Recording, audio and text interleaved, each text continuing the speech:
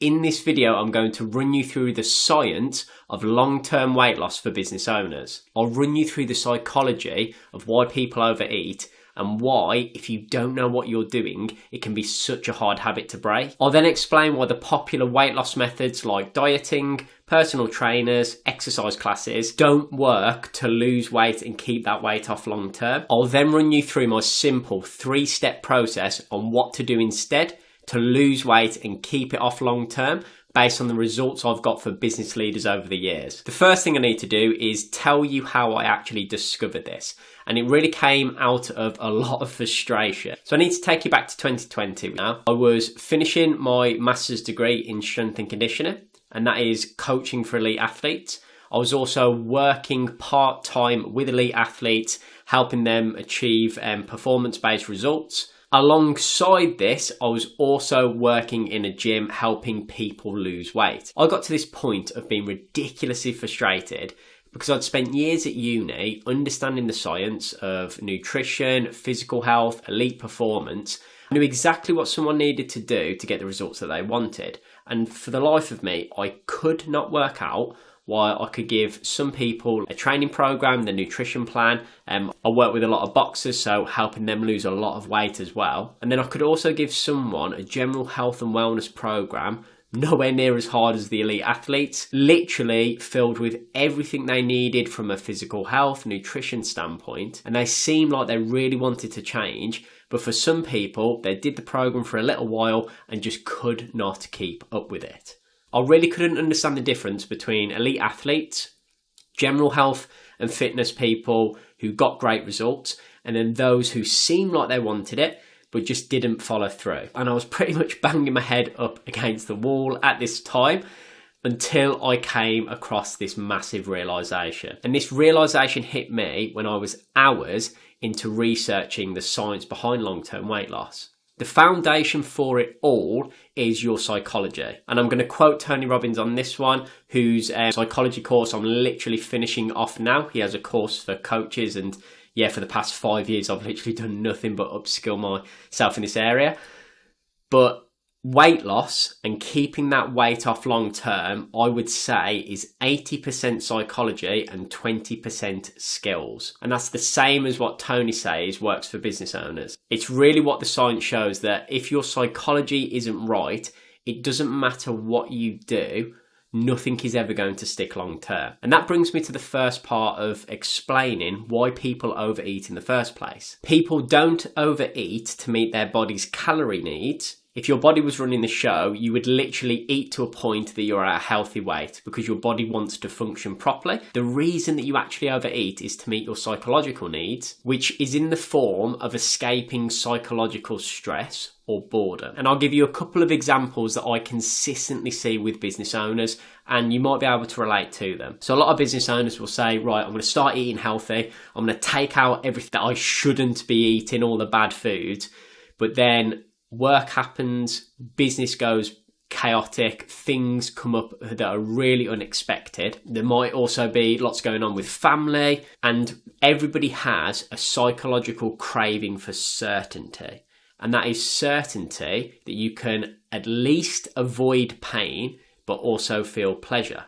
And one of the quickest ways to get that certainty is to literally go home and eat food that gives you that certainty of definitely moving away from pain and also towards pleasure very, very quickly. It's so accessible, and it's also hardwired into us through evolution to overconsume, because when we were hunter-gatherers, we didn't have the luxury of having things delivered to us. We had to go and find our food, so we would overeat when we did find the food, just in case we went for a long period of time without it, which is why it makes it even harder in the modern day. The other thing, which is a little bit deeper, is that a lot of business owners, because they are lacking true connection, which is one of the foundations that pretty much dictates a human being's health, is their connection to other people. One of the ways that they can feel connected, and it's connected to themselves, is by treating themselves and overeating. So what you find is that people meet their psychological needs in the short term, but by overeating, they're not meeting them in a sustainable way because it negatively affects their health long term. And this brings me on nicely to the next part, which is where business owners are really being lied to about losing weight and keeping it off. They get sold that all you need to solve your weight loss problems is a couple hours of personal training, this new HIIT session routine, or a new diet. And the reason I think they are being missold to is because none of these things addresses the root cause of the problem, which is their body's stress mismanagement and also meeting psychological needs in the short term, but not in a sustainable way. So I definitely don't think there's anything wrong with enjoying personal training sessions or enjoying new ways of eating, but to believe those things are going to solve your weight loss for the long term just never works out for people. Because the other thing, and I'll give you an example with personal trainers, I've watched personal trainers over the years and been very, very frustrated, having been educated to a master's degree level and seeing personal trainers who are only educated to a BTEC standard deliver things without fully understanding. And don't get me wrong, there are some good personal trainers out there who go and just keep learning more and more, but a lot of them just settle for that BTEC, and I just simply don't think it's enough. I always say to people, if you went to your dentist and they were literally qualified to a BTEC standard, would you trust them with your teeth? I definitely wouldn't. Yet it's so funny that we trust a personal trainer qualified to a BTEC standard with things that are as important as our health and longevity. So don't get me wrong, there are some good ones out there, but if you're not constantly upskilling, and for me, I hit that block as I explained in the first part of the video, is that I didn't understand enough about the psychology 5 years ago, which is where I was limited in helping people even more, which is what I've gone and done. And yeah, I've invested a ridiculous amount of money over the past 5 years in upskilling myself and getting these skills. But with personal trainers, they will do what they think is best, not based on real scientific evidence. So there's a big culture around personal training where you've got to go into their sessions, and if you've worked with a personal trainer, you'll definitely know what I mean, but you've got to go into their sessions or you've got to go into their classes, and by the time you leave that session, you have to be absolutely exhausted, and it is just not supported by science. The reality is, it's stress that's causing you to overeat. So then by going into a stressful personal training session or class, and also maybe coupling that with a very restrictive, stressful diet, you are literally just adding to the problem that you had in the first place. So yes, you might lose some weight in the short term, but inevitably, because you're not managing stress and your psychology in a sustainable way, something will inevitably break and you will bounce back straight to where you first started, which is why I get so frustrated, because I see so many people waste so much energy working with the wrong people. And the worst thing is, it's not always the personal trainer's fault, because they don't know any better and they think it's the best thing to do. But I would always say to them, if you're a personal trainer watching this, is ask yourself the question, what do I need to go and learn to give the best result for the people that I work with? And this then brings me nicely on to what you need to do instead. And I've learned through going to a master's degree level from the physical health side of things, but then also adding the foundation of the psychology you need. Before I explain my 3-step process, you need to start tracking data. You need to get something like a Whoop that has the ability to track things like your steps, has the ability to track some stress metrics, and you also need to start tracking the calories that you're eating. Now, I meet a lot of business owners that tell me, George, that's a bit too much for me and I don't really want to do that. But the reality is this, you will spend all day looking at numbers in your business to grow your business, because you know that you can't make informed business decisions without those numbers. So trying to manage your health without tracking numbers is literally the same as trying to manage your business without ever looking at the numbers. And if it's good enough to do for the business, ask yourself the question, why would it not be something you should do for your own health? When literally your health will dictate how long you can run that business for and enjoy it as well. So a couple of key numbers that I would really recommend you start tracking are the calories that you consume, the steps that you do every day.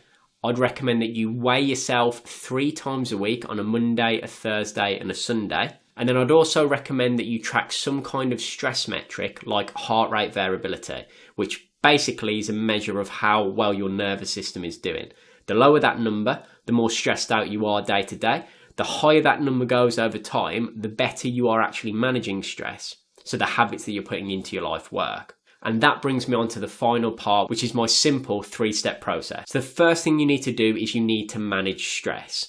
You need to look at your data, so something like heart rate variability, and you need to put in new habits and assess whether those habits are actually improving your data or not changing it at all. The thing with stress management is that everybody's so different. For me to sit here and give you specific advice, which I could do from scientific guidelines, it would be somewhat helpful, but unless you're tracking data, you won't really see what's working for you. So hypothetically, you start tracking data, you start implementing habits. A couple of simple ones is just adding an extra hour of sleep each night, or drinking more water, reducing caffeine intake, just a couple of things that basically help your body manage stress better.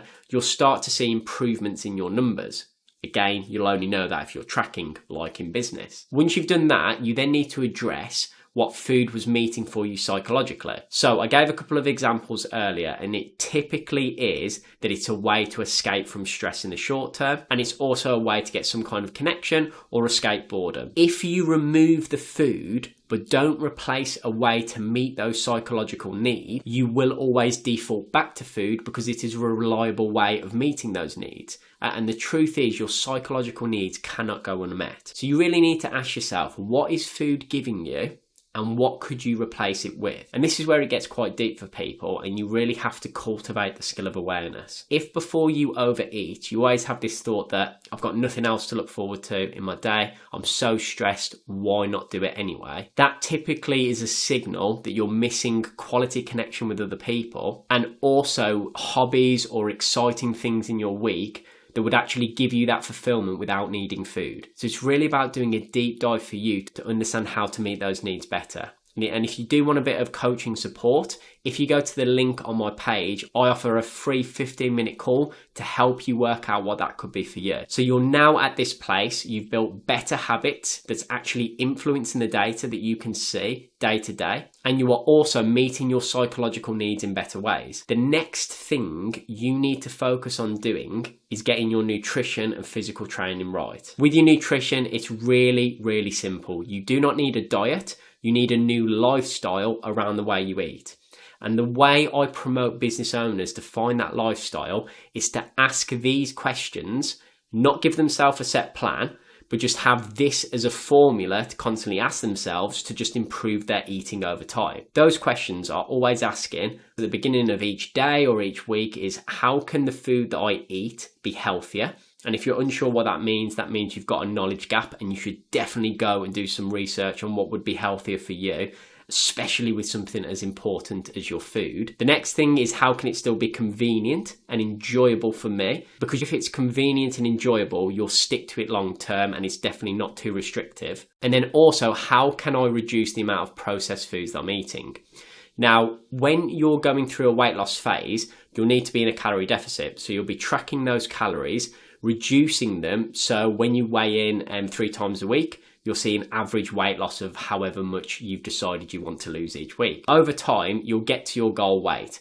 Once you hit your goal weight, you'll still be constantly asking and answering those questions, but when you've hit your goal weight, you then remove the calorie counting and build up what your perfect maintenance week actually looks like. So what kind of activities are you doing? What things are you eating? What do you really enjoy? Where you can weigh yourself once a week at that point and you still maintain your weight. I always then say to my clients that you then need to almost have a thermostat that kicks in. As soon as you go 2 to 3 kg above your maintenance weight, you pull out the tools out of your toolbox around weight loss, lose the weight you need to, and get back to your healthy weight maintenance. To do that effectively over time, you really need to set an identity around your weight. The third part is just making sure you build a physical activity routine that you enjoy and also ticks off the scientific recommended guidelines. Those guidelines are really, really simple. It's making sure you resistance train, so weightlifting, 2 times a week, and then you need to either do an hour and 15 minutes of vigorous activity, so activity where you can hardly hold a conversation, or 2.5 hours of moderate activity where you're basically at a walking pace. And my recommendation with those sessions is you can chop them down as much as you need to, whether that's 20 minutes at a time, 15 minutes at a time, and you just want to focus on hitting those guidelines whilst making it as fun as possible. The research around those guidelines are very clear. Adults who meet those guidelines live longer. Adults who don't meet those guidelines do not live as long. If you're now in a place where you actually want to dive a little bit more into the psychology of things and understand how you can sustain this weight loss long term, I recommend you watch this video here.